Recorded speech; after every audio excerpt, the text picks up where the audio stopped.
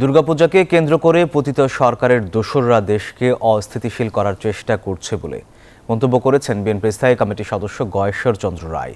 দেশে গণতান্ত্রিক প্রক্রিয়া ফিরিয়ে আনতে হলে বিএনপির ভারপ্রাপ্ত চেয়ারম্যান তারেক রহমানের নামে থাকা সকল মামলা প্রত্যাহার করতে হবে বলেও জানান তিনি। সকালে জিয়া মঞ্চের প্রতিষ্ঠা বার্ষিকীতে বিএনপির প্রতিষ্ঠাতা সাবেক রাষ্ট্রপতি জিয়াউর রহমানের সমাধিতে শ্রদ্ধা জানানো শেষে তিনি এই দাবি জানান। গণ অভ্যুত্থানের মধ্য দিয়ে পাওয়া স্বাধীনতা রক্ষায় সকলকে ঐক্যবদ্ধভাবে ষড়যন্ত্রকারীদের মোকাবেলা করার আহ্বান জানান তিনি। এই সরকারকে আমরা আইন কানুনের মাধ্যমে, সাংবিধানিক সংস্কারের মাধ্যমে এমনভাবে রাখবো যাতে করে ৭১-এর মুক্তিযুদ্ধের চেতনা বাস্তবায়িত হয়। আমরা গণতন্ত্রের জন্য যুদ্ধ করেছিলাম, গণতন্ত্রের জন্য আর কোনোদিন এই দেশ থেকে কেউ না সরাতে পারে। তার বিরুদ্ধে যে সকল অন্যায়ভাবে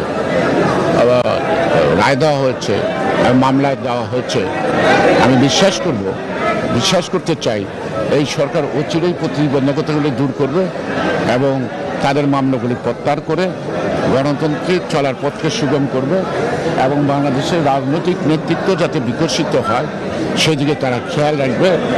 আর এটা যদি না করে সেটা অত্যন্ত দুঃখজনক।